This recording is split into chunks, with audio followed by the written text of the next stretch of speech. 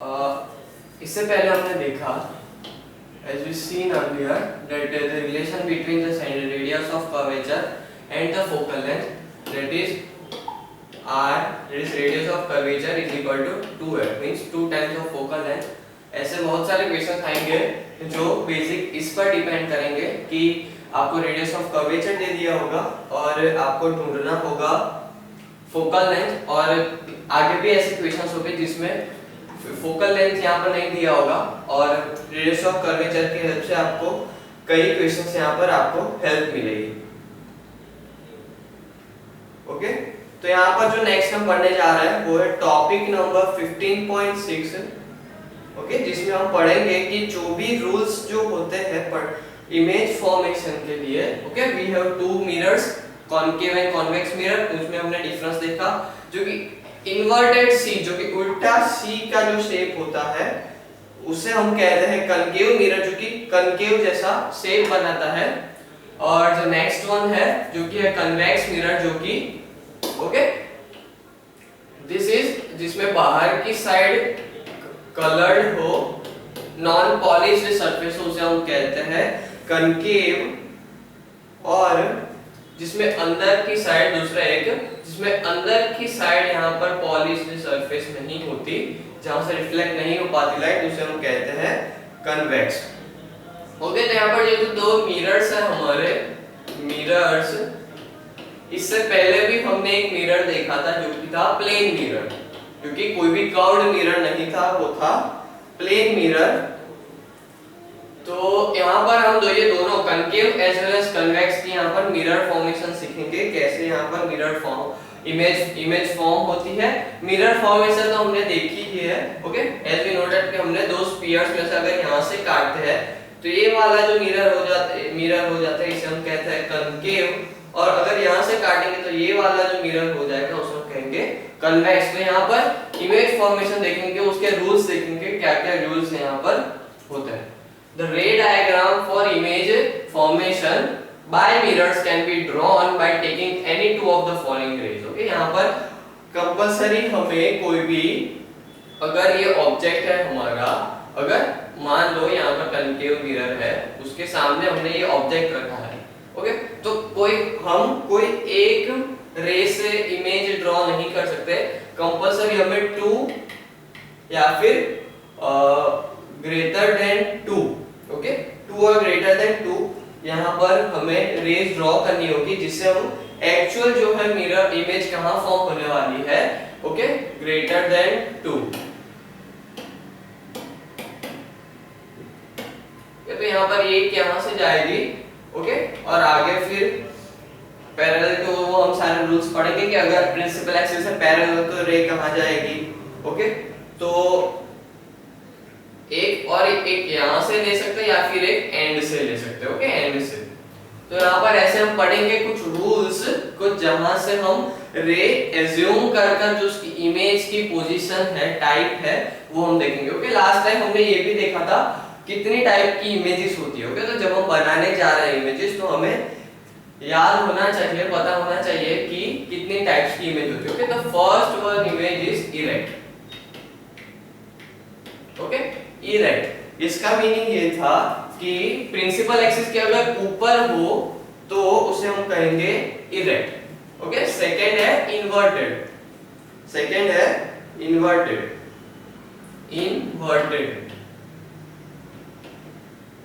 Principal axis के नीचे है इमेज तो उसे हम कहेंगे इन्वर्टेड। ओके, ये दो हो गए। द नेक्स्ट वन, ओके, यहाँ पर the next one is real image. Okay, तो जो रे है लाइट की, ray of light actual meet. Okay, जो लाइट की रे है वो एक्चुअली में अगर मीट हो रही है तो वो इमेज फॉर्म हुई, उसको बोलेंगे हम रियल इमेज। ओके, और सेकंड है virtual. Okay, virtual, the ray of light. Okay, rays कहते हैं क्योंकि एक रे से तो इमेज बनती नहीं। the rays of light seems to be meeting. Okay, seems to be meeting, अगर लग रहा है कि मिल रही है कोई एक जगह पर, ओके, जैसे कि हमने कन्वेक्स में बनाया था, ओके, कन्वेक्स में यहाँ पर इमेज फॉर्म हो रही थी उन्हें एक्सटेंड कर कर, ओके, ऐसे। तो इससे एग्जांपल से आपको ज्यादा याद आएगा, ज्यादा अच्छे से याद होगा कि कैसे इमेज फॉर्म होगी virtually as well as real. ये तो हो गई। The next one is magnified. Okay, अगर जो ओरिजिनल इमेज थी, ओरिजिनल ऑब्जेक्ट था हमारा, उसकी साइज से इमेज की साइज बड़ी है, ओके, तो उसे हम कहेंगे मैग्नीफाइड एंड डिमिनिश्ड।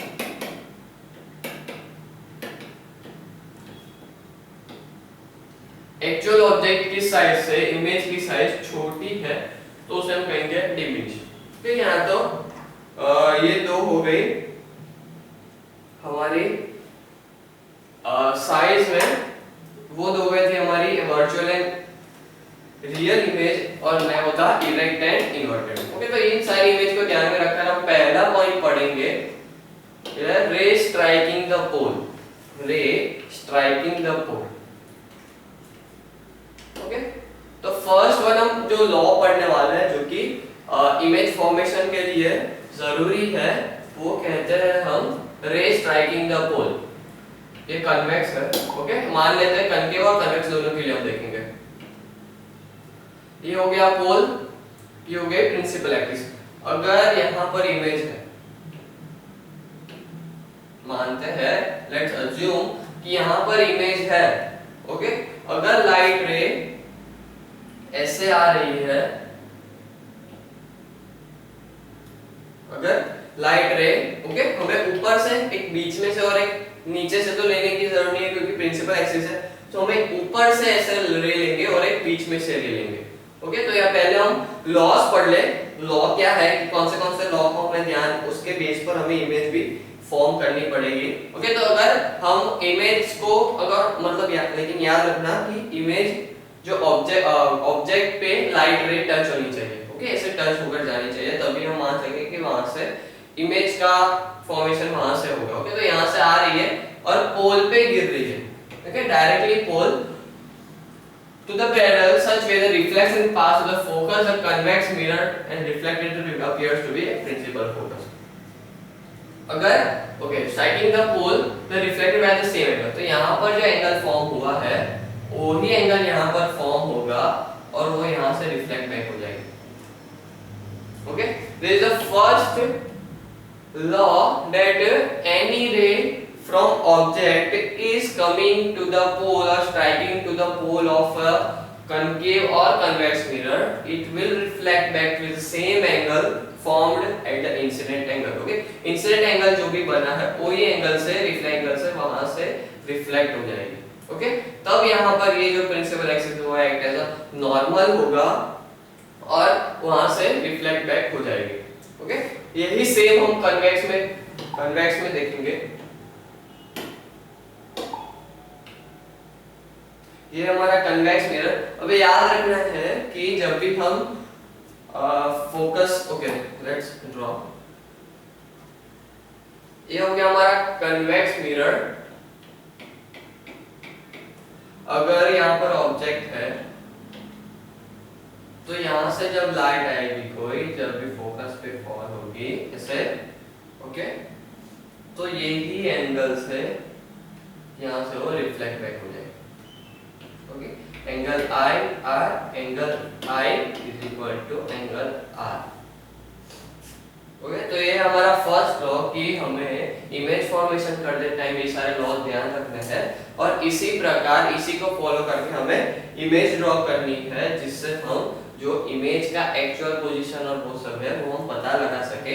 तो ये हमारा फर्स्ट लॉ था कि जब भी कोई लाइट हम पोल पर गिरा रहे हैं, पोल पर आ रहे हैं, तो वो जो एंगल नॉर्मल के साथ बनाएंगे angle of incidence principal axis के साथ, उसी एंगल से एंगल ऑफ रिफ्लेक्शन भी वहां से डाइवर्ट होगी, रिफ्लेक्ट होगी। Okay, now moving to the next law. Parallel rays. Okay, next one is parallel rays. अगर मान बात कर ले, ये हमारा कनकेव मिरर। ओके, ये है हमारा कनकेव मिरर।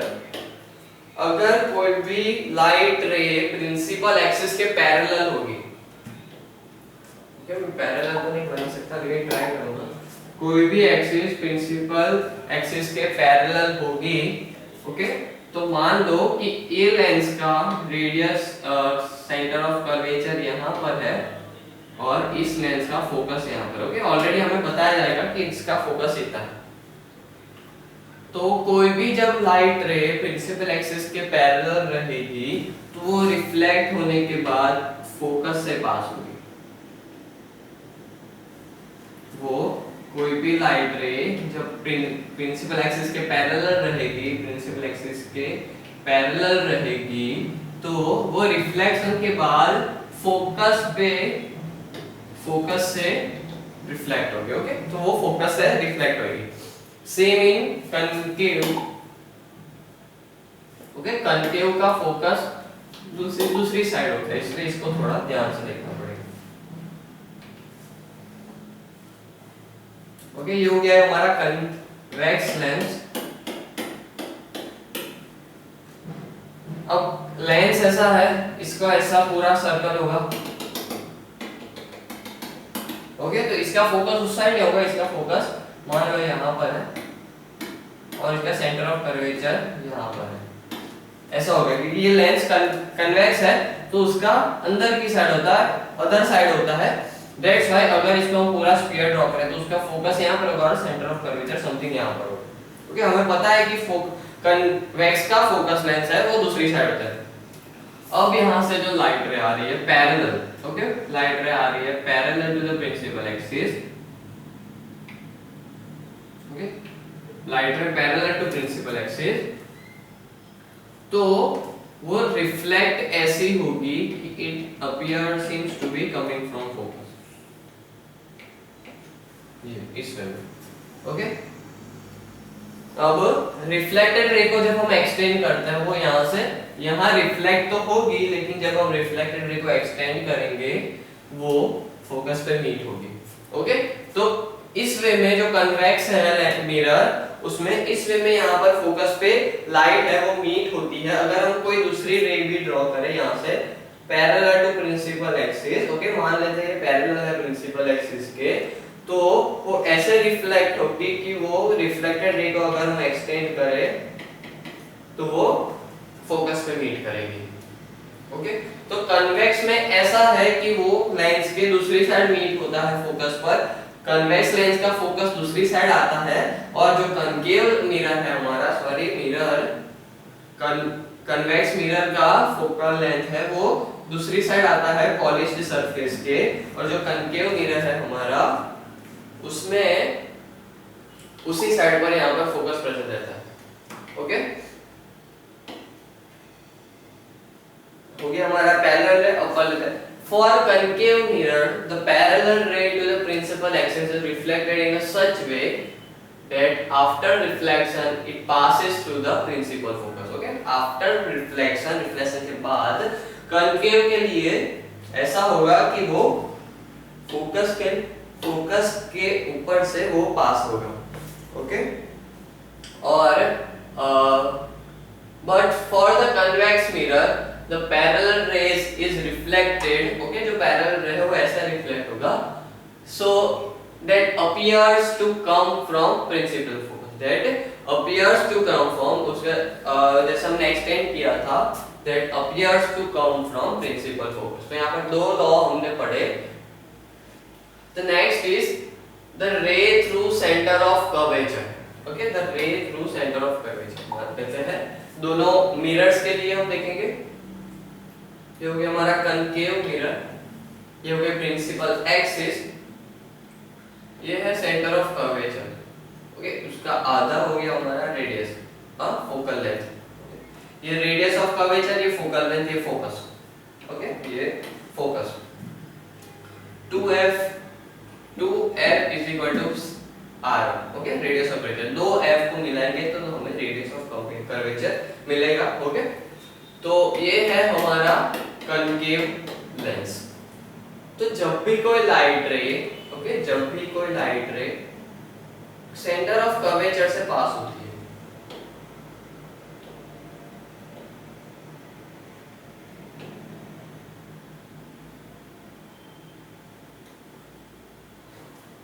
लाइट रे नहीं लग रही,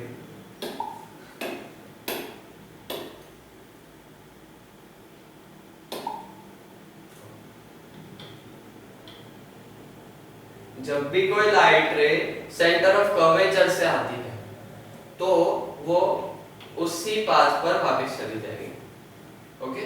जब भी कोई लाइट सेंटर ऑफ कर्वेचर से पास होती है तो वो उसी लाइन में, उसी वे में वापस चली जाएगी, ओके। 180 डिग्री रिफ्लेक्शन होगा उसी वे में वापस, ओके। अ रे थ्रू सेंटर ऑफ कर्वेचर, नहीं, कन्वेक्स मिरर का वाक्य ये हो गया हमारा कन्वेक्स मिरर। इसमें आप सोचोगे कि इसमें सेंटर ऑफ कर्वेचर में से कैसे पास होगी, देख लेते हैं।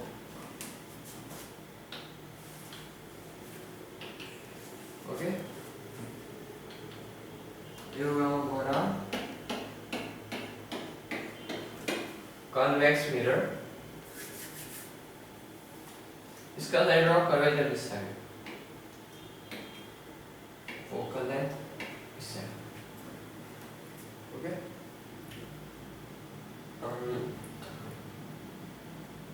तो जब भी लाइट रे इस डायरेक्शन में आएगी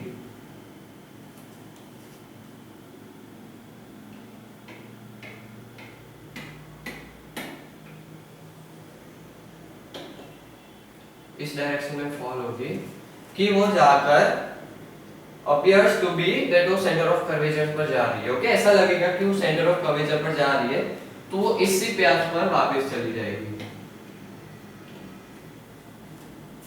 ओके। वो यहाँ से आएगी और वहां पर ही, यहाँ पर टकराएगी और वहां से ही वापस चली जाएगी। क्यों? क्योंकि ऐसा लग रहा है कि वो सेंटर ऑफ कर्वेचर से आ रही है, ओके। ऐसा लग रहा है कि वो सेंटर ऑफ कर्वेचर से आ रही है।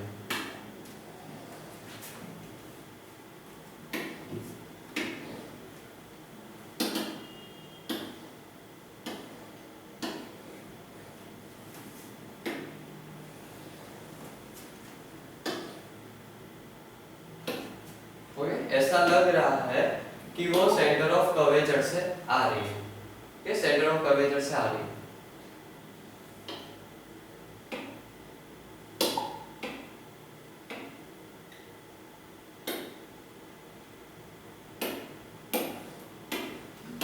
The next is a ray through focus। अब कोई भी रे फोकस से आ रही हो तो क्या किया जाए, ओके। अब कोई भी रे फोकस से आ रही है, जब लेंथ मान लेते हैं, ओके, वो पढ़ना रहेगा। पैरेलल रे, a concave mirror,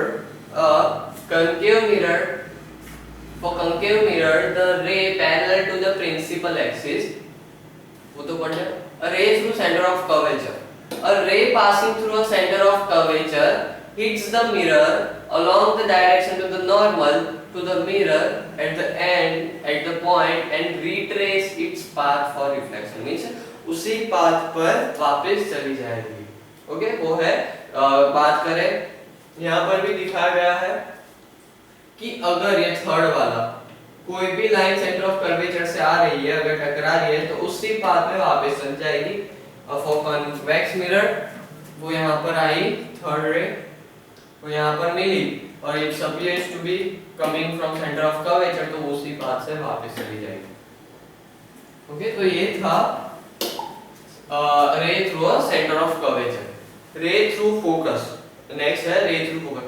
A ray of light heading toward the focus or incident on a, okay, ray through focus मान लेते हैं, ओके। ये हमारा कनकेव मिरर,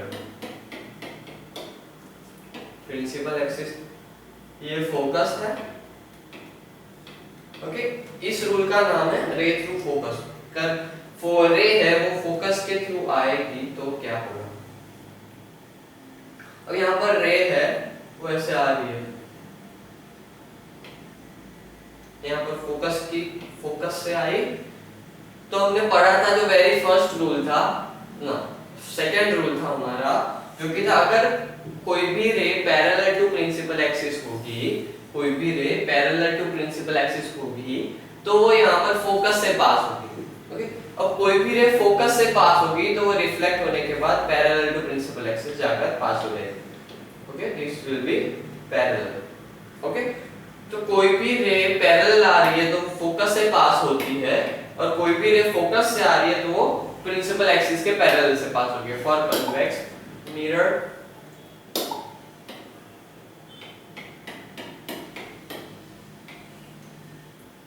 ओके, तो फोकस यहाँ पर मान लेते हैं फोकस और ये कर्वेचर। कोई भी रे फोकस से आ रही है, तो मान लेते हैं रे है और it appears to be coming from focus. Okay, तो ये फोकस पर जा रही है तो यहाँ से पैरेलल हो जाएगी।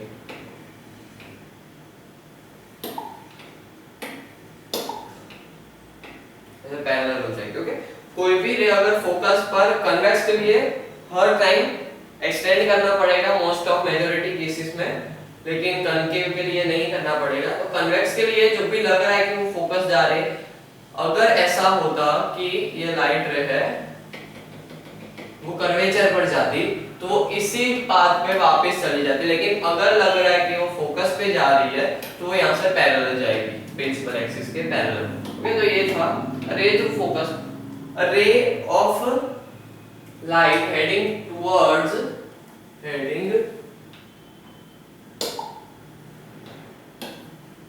the focus or incident on the mirror after passing through focus से पास होने के बाद इंसिडेंट लाइट रे मिरर पर गिर रही है, then the focus returns parallel to the principal axis। तो जो लाइट रे होगी वो प्रिंसिपल एक्सिस के पैरेलल जाएगी। क्योंकि यहाँ पर ही हमने चार रूल पढ़े जो कि थे हमारे। वेरी फर्स्ट रूल था जो कि if a light ray strikes on a pole, तो पोल पर जब स्ट्राइक करेगी तो नॉर्मल के साथ जितना एंगल फॉर्म हुआ है उतने ही एंगल से वो वापस चली जाएगी। तो next rule is any ray parallel to the principal axis. Okay, तो कोई भी रे जब प्रिंसिपल एक्सिस के पैरेलल आएगी तो वो फोकस से पास हो जाएगी, रिफ्लेक्टेड रे जो होगी वो फोकस से पास होगी। द थर्ड वन कि अगर कोई रे सेंटर ऑफ कर्वेचर से पास होती है और लेंस पे मिरर पे स्ट्राइक होती है तो वो अपना पाथ रिट्रेस करेगी, मींस उसी पाथ से वापस चली जाएगी। And the last one that is a रे थ्रू फोकस। अगर कोई रे फोकस से जा रही है इंसिडेंट होने के लिए, इंसिडेंट होने के पहले मींस इंसिडेंट रे फोकस से पास हो रही है तो वो रिफ्लेक्ट होकर parallel ray to the principal axis pass हो जाएगी। Okay, formation of image by concave mirror. Okay, concave mirror में इमेज फॉर्मेशन के क्या रूल है। Okay, using the above rules of image formation, the ray diagram for image formed for the different position of an object are given below। तो यहाँ पर बताया जाता है कि कैसे ऑब्जेक्ट को लेकर हमें इमेज फॉर्मेशन करनी है। वहां पर तो हमने सिर्फ रूल्स पढ़े जिसमें ऑब्जेक्ट नहीं थे, मैंने डाले थे एक दो में, लेकिन अब हम ऑब्जेक्ट के साथ इमेज फॉर्मेशन देखेंगे। Very first when image is at infinity. Okay, अब ऐसा क्यों कहा गया है? क्योंकि जब इमेज इंफिनिटी पर होगी, ओके, जब इमेज इंफिनिटी पर होगी तो वहां से रेज होगी वो पैरेलल आएगी। ओके, मान लो यहाँ पर बहुत दूर ऑब्जेक्ट है और यहाँ पर लेंस है।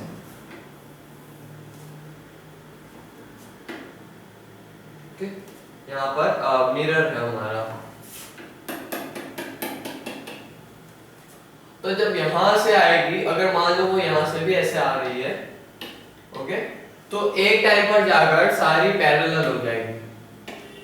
ओके, तो ऑब्जेक्ट इंफिनिटी पर है, यहाँ पर इंफिनिटी पर है, तो वो यहाँ से ये हो गया प्रिंसिपल एक्सिस लाइन का, ये फोकस, ये कर्वेचर। तो यहाँ से जब वो पैरेलल आएगी उसे पैरेलल माना जाता है। जब भी इंफिनिटी का केस होता है तो उसमें हम मानते हैं कि light rays are parallel to the principal line, तो सभी जो रेज है वो फोकस से पास होगी, तो यहाँ पर फोकस पर इमेज फॉर्म होगी। Okay, whenever the object is at infinity, the light rays meet at the focus. Okay, जो ये एरो में ड्रॉ कर रहा हूँ वो बहुत इंपॉर्टेंट है, इसके मार्क्स करते हैं अगर ना ड्रॉ करो तो। Okay, when the object is at infinity, a real inverted highly diminished image at focus. Real means rays actual में meet हो रही है, then inverted means उल्टी और प्रिंसिपल एक्सिस के नीचे, and highly diminished means object की जो ओरिजिनल साइज थी उससे बहुत छोटी यहाँ पर इमेज फॉर्म होती है। ओके,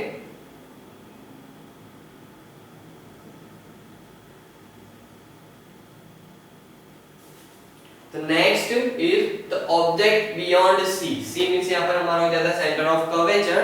ओके, तो जो सेंटर ऑफ कर्वेचर है उससे पीछे अगर इमेज होगी तो मान लो कि centre of image, okay, centre of curvature पर ऑब्जेक्ट है हमारा, उसके पीछे तो हम इमेज ड्रॉ करेंगे, रे डायग्राम ड्रॉ करेंगे।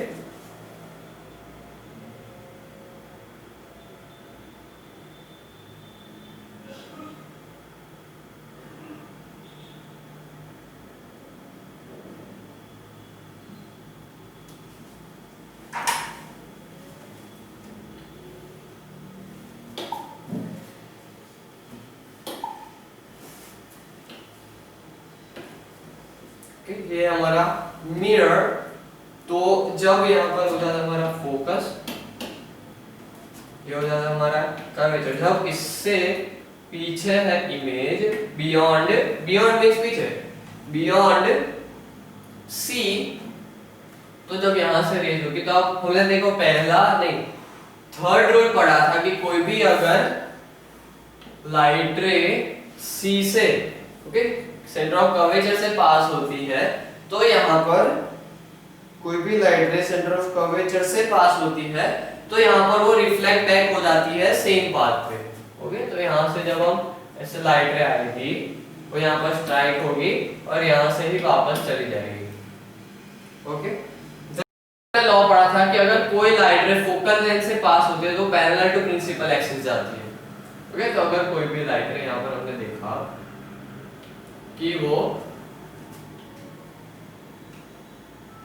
फोकस से पास हो रही है तो वो पैरेलल टू प्रिंसिपल एक्सिस, तो जहां पर ये दोनों रेज मीट हो रही है, जहां पर ये दोनों रेज, आप तीसरा लॉ भी लगा सकते हो कि अगर पोल पे गिरी है, अगर कोई यहाँ से लाइट पोल पे गिरती है तो उसी एंगल से यहाँ से फर्स्ट लॉ क्रॉस हो जाएगी। ओके, तो वो भी अगर हम परफेक्ट मेजरमेंट से करें तो वो भी यहाँ से यहाँ पर मीट होगी। ओके,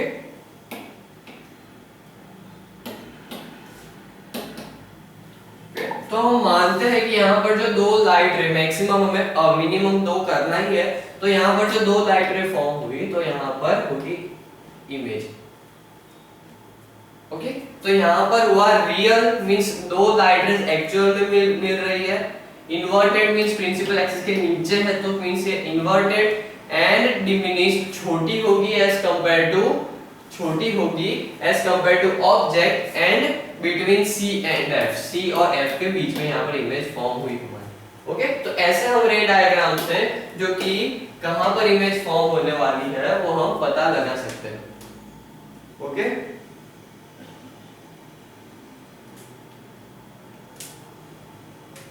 तो नेक्स्ट है हमारा, ओके, तो हमने पहला पढ़ा कि ऑब्जेक्ट इज इंफिनिटी, तो वो फोकस पे डिमिनिश्ड इन्वर्टेड बनी गई। देन बियॉन्ड C के पैरेलल है, तो यहाँ पर C और F के बीच में फॉर्म हो रही है। आपको याद रखना है कि अगर इमेज कहाँ पर है तो कहाँ पर फॉर्म होगी उसकी इमेज। नेक्स्ट है हमारा ऑब्जेक्ट एट सी। अगर सी पर ही ऑब्जेक्ट हो, सेंटर ऑफ कर्वेचर पर ही ऑब्जेक्ट हो, तो ये हम कॉनकेव के लिए पढ़ रहे हैं, तो कॉनकेव ही सब में यूज करेंगे। ओके, ये हमारा F,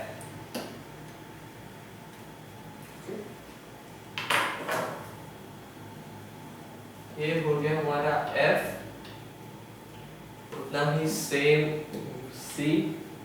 okay, 2f is equal to radius, तो ये सी हो गया अगर ऑब्जेक्ट है हमारा सी पे।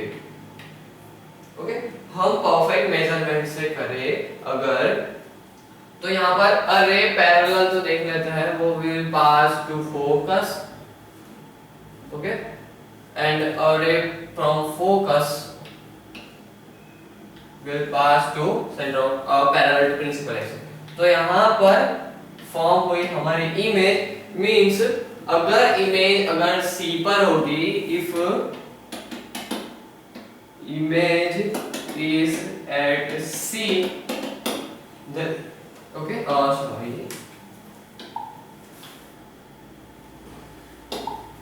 ऑब्जेक्ट इज एट सी, अगर ऑब्जेक्ट हमारा सी पर है, then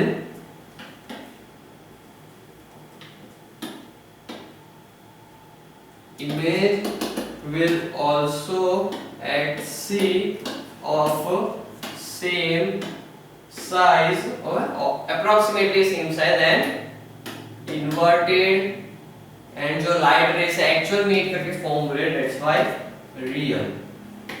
ओके, तो ये हो जाता है हमारा image formation if object is at C, real inverted image of same size at C। Okay, तो यहाँ पर same position same size inverted image होगी और real image होगी।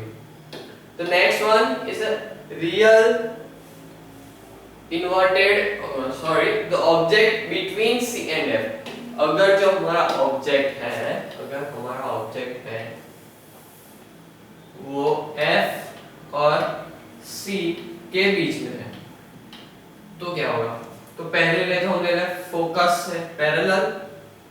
ओके, फोकस से पैरेलल मूव होगी तो प्रिंसिपल एक्सिस से पैरेलल हो जाएगी। देन हम मान लेते हैं कि पोल पे फॉल हो रही है। ओके, तो उसी एंगल से यहाँ पर जाएगी। ओके, तो यहाँ पर समथिंग इमेज फॉर्म होगी near by C over.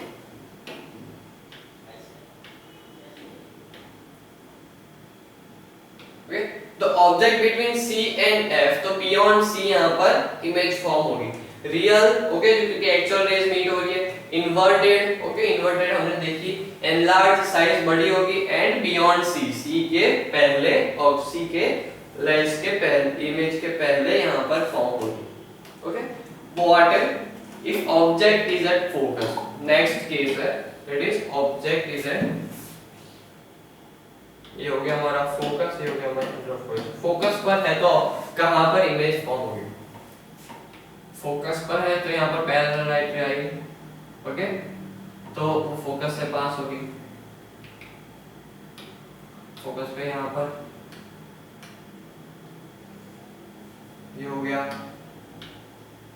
Okay, तो इमेज वो है वो इंफिनिटी पे फॉर्म होगी। ओके, अगर ऑब्जेक्ट फोकस पर है तो इमेज इंफिनिटी पे फॉर्म होगी, और अगर इमेज ऑब्जेक्ट इंफिनिटी पर है तो यहाँ पर इमेज फोकस पे फॉर्म होगी। Okay, real inverted highly enlarge at infinity. Okay, inverted ये क्योंकि वो प्रिंसिपल एक्सिस के नीचे जा रही है दोनों रेज, तो कहां पर जाकर मिलेगी वी कांट जज। सो यहाँ पर हमने मान लिया कि वो इंफिनिटी पे मिलेगी। रियल होगी क्योंकि लाइट रेज एक्चुअल में मिलने वाले हैं, एंड इन्वर्टेड रहेगी, दैट्स व्हाई यहाँ पर real inverted highly enlarge image at infinity. Then next object between F and P।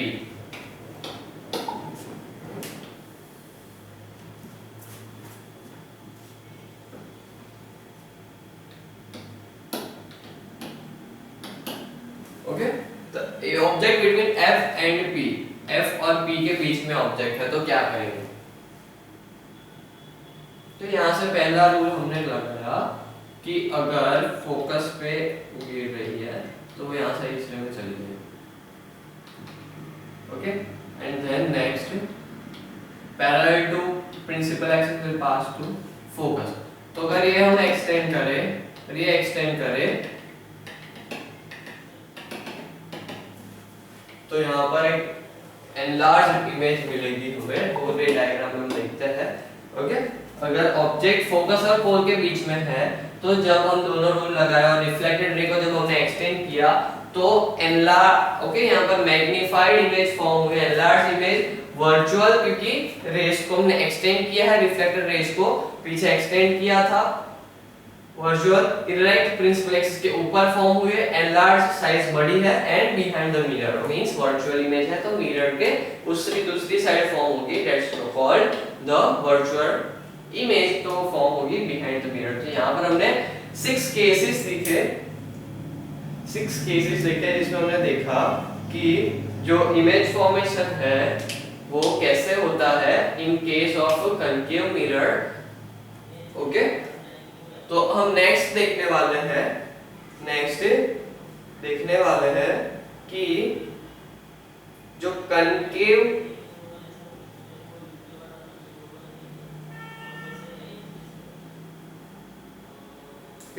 जो कनकेव मिरर में हमने तो देखा 6 केसेस, तो ऐसे कन्वेक्स में भी 6 केसेस है। ओके, तो यहाँ पर हम कन्वेक्स में कैसे इमेज फॉर्मेशन देखेंगे। तो image formation by convex mirror, the position, nature and size of convex mirror will be summarized. तो same is as जो कनकेव में हमने देखा,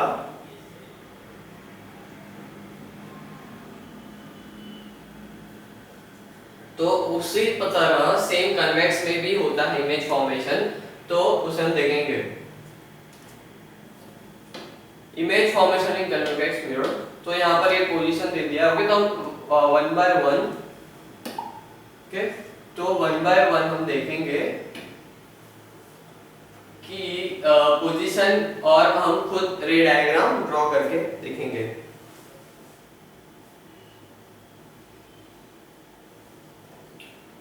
ओके, तो फर्स्ट केस है हमारा, the object is between P and F। Okay, pole और F के बीच में यहाँ पर ऑब्जेक्ट है। कन्वेक्स मिरर हमने ड्रॉ कर लिया, प्रिंसिपल एक्सिस। ओके, तो यहाँ पर हो गया हमारा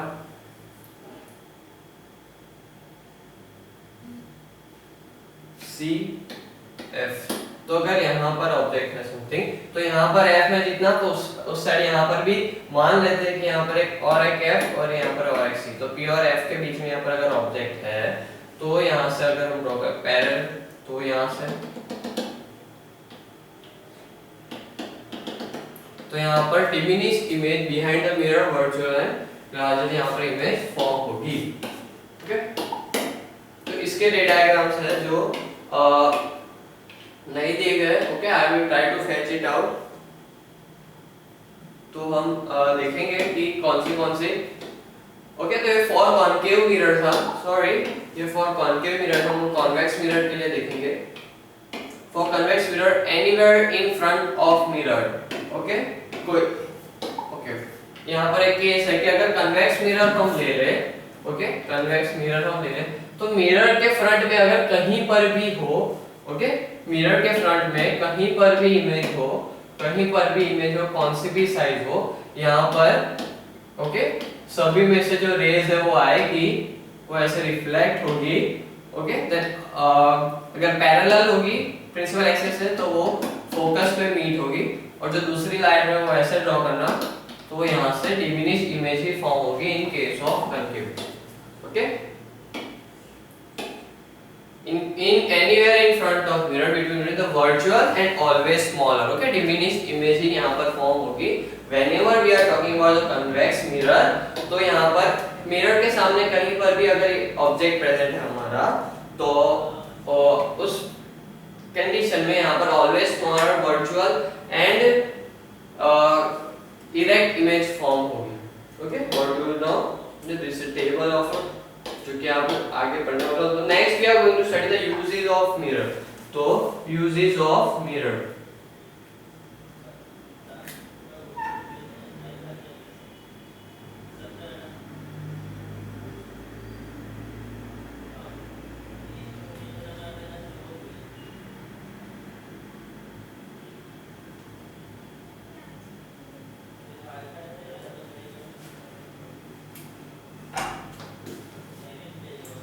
तो जब हम यूजेस की बात करते हैं मिरर्स की, तो प्लेन मिरर के यूजेस और डिफरेंट टाइप ऑफ जो मिरर हमने पढ़े 3 टाइप के, plane mirror, concave mirror and convex mirror, तो उसके हम यूजेस यहाँ पर देखेंगे। तो प्लेन मिरर के यूजेस है इन लुकिंग ग्लासेस, ओके, तो मिरर्स यूज करते हैं हमारे डे टू डे यूज में, तो वहां पर यूज होता है in construction of kaleidoscope, telescope, sextant and periscope. तो यहाँ पर जो डिफरेंट ऑब्जेक्ट्स है, जो कलाइडोस्कोप हो गया, okay, you know that kaleidoscope जिसमें वो ट्रायंगल मिरर्स रखे जाते हैं, तो जिसमें हमें डिफरेंट वैरायटीज के शेप्स और फॉर्म हो। Telescope, we already know what is telescope. Periscope means वो रिफ्लेक्शन की वजह से को समथिंग कुछ ऐसा बनाया जाता है,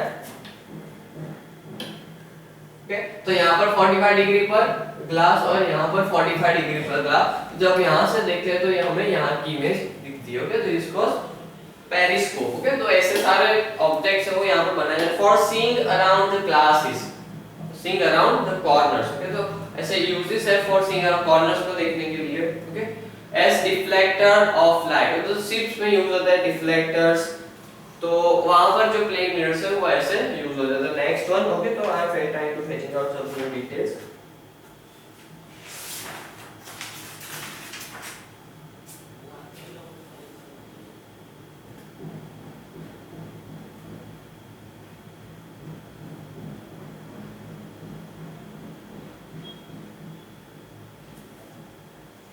The next is a concave mirror. Okay, the uses of concave mirror as a reflector in searchlight, headlight of motor cars and projectors etc. तो यहाँ पर हमें याद रखना है जो concave mirror और convex mirror के जो uses है उसे हम अच्छे से याद रखें, okay? तो as a reflector in searchlight, okay, तो searchlight होता है टॉर्च कहते हैं, तो उसमें आप देखोगे कि ऐसा होगा और बीच में बल्ब होगा। अगर यहाँ से भी कोई लाइट आ रही है तो ऐसे पैरेलल होगी और जो एजेस है उससे ऐसे वाइड होगी, तो हमें वाइड रेंज की जो अराउंड एरिया मिलेगा जिससे हम कुछ सर्च कर सके। For converging solar radiation for solar view, जो पैराबोलिक सोलर कोगर्स होते हैं, ओके, तो उसमें कॉनकेव मिरर्स यहाँ पर यूज होते हैं। in floodlights to obtain a divergent beam of light to illuminate buildings, okay। तो फ्लड लाइट यूज होती है जिसमें यूज होता है बीम ऑफ लाइट, ओके, एक light ray to illuminate buildings को दिखाने के लिए during flood. In reflecting telescope, okay, तो यहाँ पर रिफ्लेक्टिंग टेलीस्कोप है, दो टाइप के टेलीस्कोप होते हैं, हम पढ़ेंगे।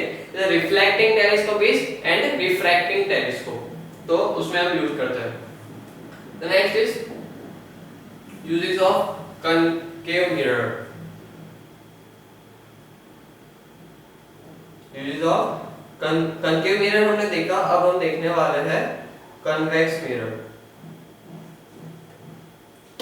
As a rear view mirror in motor cars, bus and truck cars, okay. तो रेयर व्यू जो कि हम हमारे जो मिरर्स होते हैं जिसे हम कहते हैं रेयर व्यू मिरर, जो हेडलाइट, ओके, हमारे 2 व्हीलर्स में होते हैं, जिसमें लिखा जाता है objects in the mirror are closer than there appear, okay. तो एंड वहां पर यूज होता है convex mirror. And the next is as safety viewers at dangerous corners and upper trucks of double decker buses, okay. तो यहाँ पर जो safety viewers होते हैं जिसमें से जो बस के अंदर की सारी चीजें हम देख सकते हैं, ऐसा एक मिरर लगाया जाता है डबल डेकर बस में, तो वहां पर यूज होता है। And this is the most important topic, I can say that sign convention, जब भी हम इमेज फॉर्मेशन करते हैं तो इमेज और ऑब्जेक्ट को हम प्लस और नेगेटिव, पॉजिटिव एंड नेगेटिव दिया जाता है। तो कहाँ जगह पर, कौन सी जगह पर कैसे पॉजिटिव एंड नेगेटिव लेना है वो हम इमेज साइन कन्वेंशन में देखते हैं कि कहाँ पर नेगेटिव लेना है, कहाँ पर पॉजिटिव लेना है, कौन सी इमेज के लिए नेगेटिव, कौन सी ऑब्जेक्ट के लिए नेगेटिव, ओके। तो वो समझेंगे। To measure distance with respect to the curve mirror, the sign convention work, all distance are measured from the pole, okay. जो पोल है वो सेंटर में है, मान लो, ओके, आप मान सकते हो कि ये मिरर हो गया या फिर ये मिरर हो गया, ओके। मान लेते हैं दोनों मिरर क्या है, जो सेम पोल है।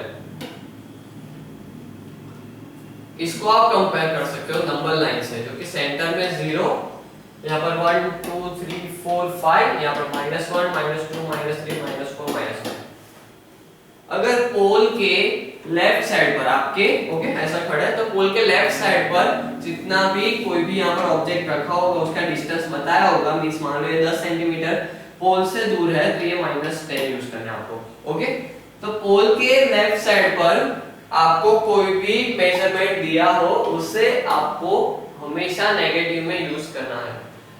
Okay, the measured distance and light of incident ray are taken as positive। Okay, तो लाइट ऐसे ट्रैवल कर रही है, तो पोल के राइट साइड पर जितने भी यहाँ पर मेजरमेंट्स लिए गए होंगे उसे हमें पॉजिटिव लेना है।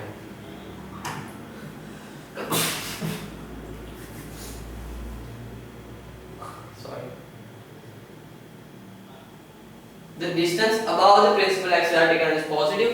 प्रिंसिपल एक्सिस के ऊपर वाले सारे डिस्टेंस उससे पॉजिटिव लेना है, अगर नीचे बढ़ना है तो उसे नेगेटिव लेना है। ओके, तो ये थे कुछ रूल्स जो कि कहां पॉजिटिव कहां नेगेटिव लेना है। सिंपल था लेकिन इंपॉर्टेंट था। ओके, अब एक क्वेश्चन सॉल्व करते हैं। Have you seen an image formation in continue mirror when an object is placed at 2f means centre of curvature and image is formed at 2f। तो हमने देखा है कि जब भी ऑब्जेक्ट हम सेंटर ऑफ कर्वेचर पर रखते हैं तो इमेज भी सेम साइज की वहीं पर उसके ठीक नीचे वहां पर बनती है। तो यहाँ पर हमें लेना है object will be -2f and image also will be -2, क्योंकि वो कंटिन्यू मिरर का ओके जो लेंस है पोल है उसके लेफ्ट साइड पर है। तो जैसे मैंने कहा कि लेफ्ट साइड पर अगर हो तो उसे नेगेटिव ही लो। ओके, और जो फोकल लेंथ है हमारा उसे हमेशा ओके तो वो भी अगर पोल के लेफ्ट साइड पर होगा तो उसे नेगेटिव लेना है, और अगर राइट साइड पर होगा तो उसे पॉजिटिव ही लेना है। ओके, मींस हम मान लेते हैं कि जो कनकेव का फोकल लेंथ होता है, okay as we know that concave का फोकल लेंथ यहां पर रहता है तो नेगेटिव होगा, और जो कन्वेक्स का फोकल लेंथ होता है वो हमेशा यहां पर होता है, यहां से लाइट आती है। ओके, यहां पर फोकल लेंथ होता है तो वो पॉजिटिव है। तो कन्वेक्स में यहां पर पॉजिटिव फोकल लेंथ और कनकेव में नेगेटिव फोकल लेंथ, ऐसा हम मान सकते हैं। ऐसा हमें मेजरमेंट करते टाइम हमें याद रखना है। तो इसी वे में अगर हम ओके तो यहां पर और ऑब्जेक्ट को यहाँ पर u मींस ऑब्जेक्ट, क्योंकि याद रखना है u means object and v means image.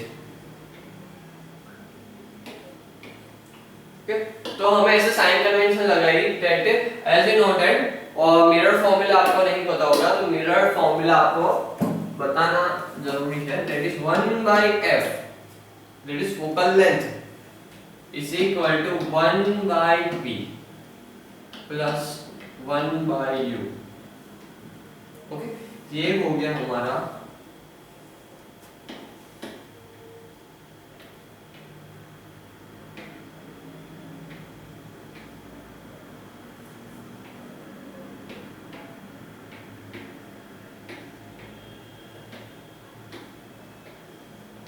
Mirror formula. अच्छे से देख लो, याद कर लो। 1/f is equal to 1/v plus 1/u। Okay, ये है हमारा मिरर फॉर्मूला। देख लिया, लिख लिया।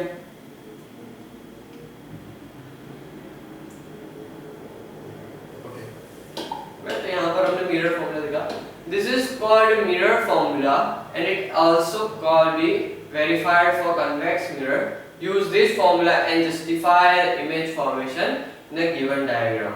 ओके, जो इमेज हमें पूछते हैं ओके तो हमें क्वेश्चन ऐसा पूछना जाएगा कि एक ऑब्जेक्ट है वो इतने डिस्टेंस पर है, वो जो लेंस है उसका सेंटर ऑफ कर्वेचर इतना है, तो इमेज कहाँ फॉर्म होगी, कैसी फॉर्म होगी, इमेज का नेचर बताओ विद द हेल्प ऑफ रे डायग्राम एंड कितनी दूर होगी वो मेजरमेंट भी हमें देना है। तो यहाँ पर हम ये जो मिरर फॉर्मूला है उसकी वजह से डिस्टेंस फाइंड करेंगे कि वो पोल से इतनी दूर फॉर्म होगी, मींस हमें फाइंड करना है इमेज। Image means v।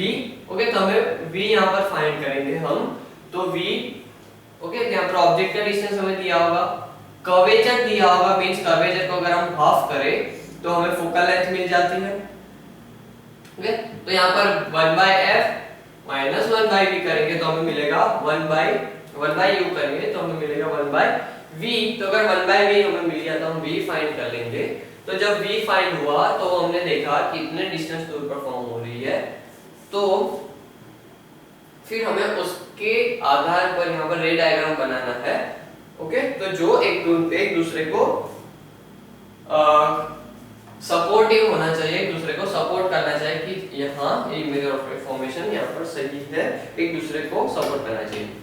अब हमने तो देख लिया कि कितनी दूर इमेज फॉर्म होगी, वो पता कैसे करेंगे। अब मैग्निफिकेशन कैसे पता चलेगा, मींस जो कि ऑब्जेक्ट की साइज थी वो अब मैग्नीफाइड हो रही है या फिर मींस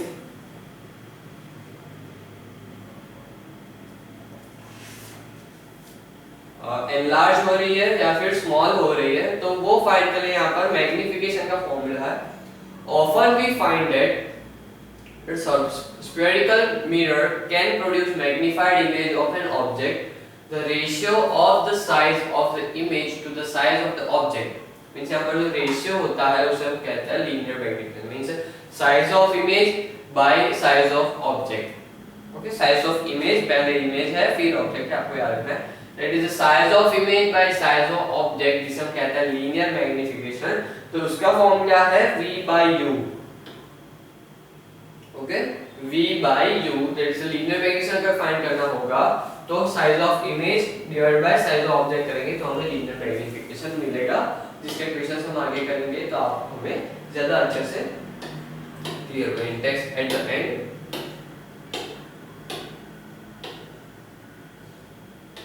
तो नेक्स्ट टॉपिक हमने अभी तक जो भी पढ़ा उसे कहते थे रिफ्लेक्शन, REFLECTION, रिफ्लेक्शन। अब जो हम नेक्स्ट पढ़ने वाले हैं उसे कहते हैं रिफ्रैक्शन, REFRACTION, रिफ्रैक्ट होना। रिफ्लेक्ट का मीनिंग ये होता था that the bouncing back of light is known as reflection, और रिफ्लेक्ट बाउंसिंग बैक था रिफ्लेक्शन। और जब नेक्स्ट पढ़ने जो आप जा रहे हैं उसे हम कहते हैं रिफ्रैक्शन, जिसमें होता है bending of light from its original path, जो कि उसका ओरिजिनल पाथ होता है। अगर लाइट मूव हो रही है A to B, अगर उसे हम रिफ्लेक्ट करवाएंगे तो वो मूव होगी ACD, मींस अगर डायग्राम से हम एक्सप्लेन करें तो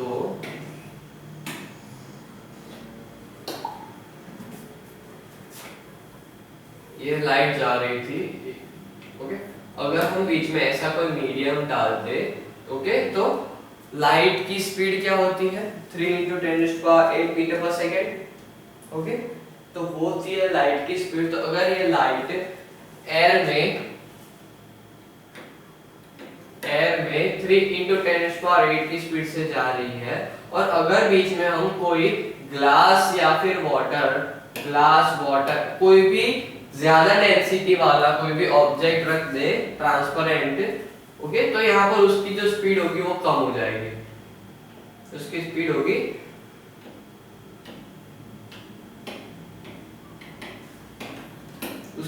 होगी वो कम हो जाएगी, जिसकी वजह से यहाँ पर जो लाइट बैंड होगी और लाइट है वो बैंड होगी स्पीड, ओके। तो अब लाइट ऐसे मूव करेगी और फिर वापस वो उसका एक्चुअल पाथ फॉलो कर देगी ऐसे, ओके। तो ये पाथ था उसका। अब उसने ये पाथ सिलेक्ट किया इन सर्टेन मीडियम, कोई भी मीडियम के आ जाने से उसने अपनी स्पीड डिक्रीज हो गई और उसका पाथ चेंज हो गया, तो उसे कहते हैं यहाँ पर रिफ्रैक्शन, ओके। और थियरी हम पढ़ेंगे,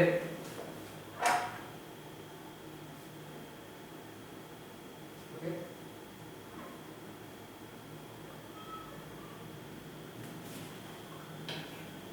When have you ever seen a coin placed at the bottom of the tumbler filled with water? The coin appears at a smaller depth as it is actual depth. Okay, तो यहाँ पर जब भी हमने coin रखा है कोई भी कांच के ग्लास के नीचे, हम ग्लास ले लेते हैं, तो आप जब देखोगे तो आपको दिखेगा कि वो कॉइन है वो ग्लास के अंदर है, मींस उसकी डेप्थ कम हो गई।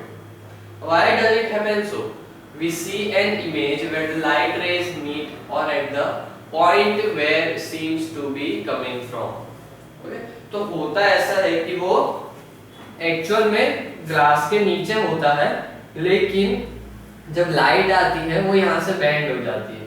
तो जहां से बेंड हुई लाइट उसको हम एक्सटेंड करें तो उस पोजीशन पर हमें कोई भी लाइट दिखती है, कोई भी ऑब्जेक्ट दिखता है, उसकी इमेज दिखती है। दैट्स व्हाई हमें ऐसा दिखता है कि वो ग्लास है, उसके अंदर यहाँ पर कोई कॉइन है। When light comes out from water, it bends due to which the coin appears vertically displaced as shown in figure 15. बाजू में जो फिगर की ऐसा दिखता है। Does it always happen? No, it does happen only when the light passes from one medium to another medium. जब एक medium से दूसरे मीडियम में जब लाइट पास होती है तभी ऐसा फेनोमेनन हमें देखने को मिलता है। The bending of light depends upon the density of the medium. Okay, तो जो बेंडिंग है लाइट की वो यहाँ पर डेंसिटी पे डिपेंड करता है कि क्या डेंसिटी है।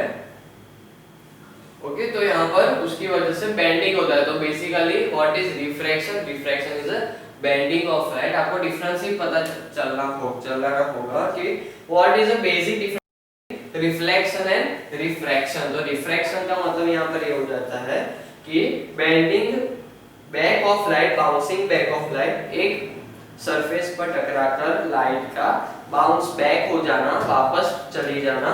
और रिफ्रैक्शन का होता है कि bending of light when travelling from one medium to एक मीडियम में से जब दूसरे मीडियम में जब भी लाइट ट्रैवल कर रही है तो वो अपना एक्चुअल पाथ होती है वो लूज कर एक न्यू पाथ फॉलो करती है जो कि डेंसिटी की वजह से होता है। ओके, तो उसे हम कहते हैं बेंडिंग ऑफ लाइट।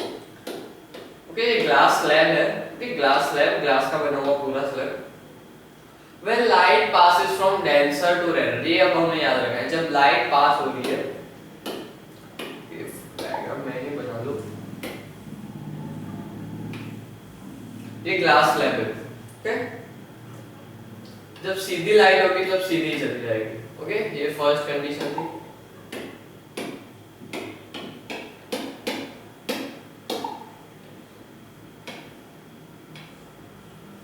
जब भी लाइट को एंगल से फॉर्म हो रही है, ओके, हमें पता था कि नॉर्मल कहां ड्रॉ होगा। अगर ये इंसिडेंट रहे तो सरफेस के परपेंडिकुलर जो लाइन होगी वो नॉर्मल रहेगी, ये होगा एंगल ऑफ इंसिडेंट। ओके, तो ये हो गई नॉर्मल। जब भी बाहर का जो मीडियम है वो रेयर है, ओके, रेयर मींस हल्का, एयर है वो रेयर है as compare to glass. Okay, glass में डेंसिटी ज्यादा, एयर की डेंसिटी कम, तो ये हो गया हमारा डेंसर मीडियम, ये होगा हमारा रेयर मीडियम, रेयर। तो जब भी light rare to denser move करेगी, जब भी light rare to denser move करेगी, it bends away from light, it bends away, ऐसे दूर मूव करेगी। ये जो एंगल है वो बड़ा होगा, नॉर्मल से दूर जाएगी। Okay, it bends away from. और अगर बात कर लो कि ग्लास वाटर है, ओके, ये वाटर है, ये वाटर है और ये एयर है। तो जब भी लाइट वाटर से एयर में जाएगी, जो इंसिडेंट रे हो गई, ओके, ये नॉर्मल, तो वो बेंड करेगी टुवर्ड्स, ओके, ऐसे टुवर्ड्स। ओके, तो हमें सिर्फ याद रखना है when a band light passes from denser to rare, dense medium में से रेयर मीडियम में जा रही है तो it bends away from the normal, and when passes from rare to denser it bend towards the normal. Okay, जब भी denser to rare में जाएगी it bends towards the normal. Okay, it bends towards the normal, and उसी time इसको अब आप इसको भूल जाओ, इसको भूल जाओ। तो ये लाइट रे हो गई, वो इंसिडेंट हो रही है, ये नॉर्मल हो गया सरफेस का, तो ये डेंसर टू रेयर मूव कर रही है, तो इट बेंड्स अवे। ओके, और ग्लास स्लैब में एक अजीब फेनोमेनन होता है, पता नहीं क्यों, कैसे होता है, लेकिन I want to track that. ये हो गया हमारा ग्लास स्लैब। तो जब भी यहाँ से लाइट फॉर्म हुई है, हो गया नॉर्मल, तो it bends towards normal. Okay, ऐसे बेंड हुई। अभी एक्चुअल पाथ था। ओके, अगर ग्लास स्लैब नहीं होता तो एक्चुअल पाथ फॉलो करती, वो कुछ ऐसा होगा। ओके, अब यहाँ पर वापस इंसिडेंट हो रही है। ओके, इसको थोड़ी अच्छे से ड्रॉ करता हूँ। It bends towards normal. Okay, normal, ये एक्चुअल पाथ से नॉर्मल की ओर शिफ्ट हुई। ओके, मींस बेंड हुई टुवर्ड्स नॉर्मल। अब यहाँ से जब वापस बेंड होगा तो इंसिडेंट रे जब डेंसर टू रेयर मूव कर रही है तो पास होगी अवे फ्रॉम द नॉर्मल। तो ये जो दोनों लाइट हुई, जो उसका एक्चुअल पाथ और जो बाहर आई लाइट है, वो एक दूसरे में पैरेलल रहेंगे।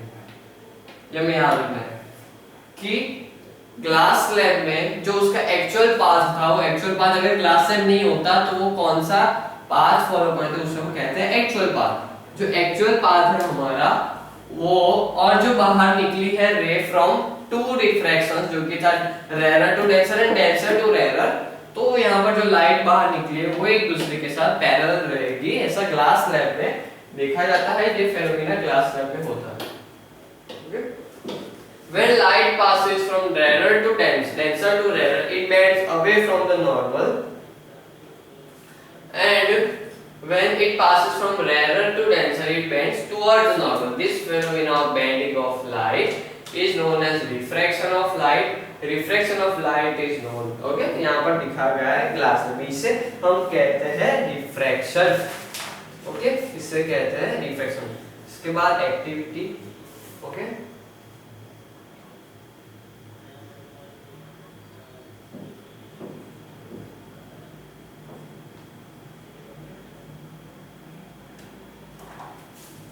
okay. In figure 15.19, B and C, the light deviate from its path. Okay, वो अपना path deviate कर रही है, दूसरे का path follow कर रही है। It does not deviate from its path, जो पहला है वो deviate इसलिए नहीं कर रही क्योंकि वहाँ पर refraction नहीं हो रहा, क्योंकि वो normal पर ही form हो रहा है, वो 90 डिग्री form हुआ है, that's why. For normal incident ray do not deviate from its path during refraction, the frequency of light remains same. Okay, ये याद रखना। During refraction, okay, during refraction the frequency of light remains unchanged, the frequency same रहेगी, but the wavelength changes, hence the speed change. Okay, तो यहाँ पर wavelength difference होता है, तो यहाँ पर स्पीड चेंज होती है रिफ्रैक्शन में। ओके, तो यहाँ तक हमने पढ़ा कि रिफ्रैक्शन क्या होता है, इंट्रोडक्शन टू रिफ्रैक्शन, और ग्लास में कैसे रिफ्रैक्शन होता है वो हमने देखा।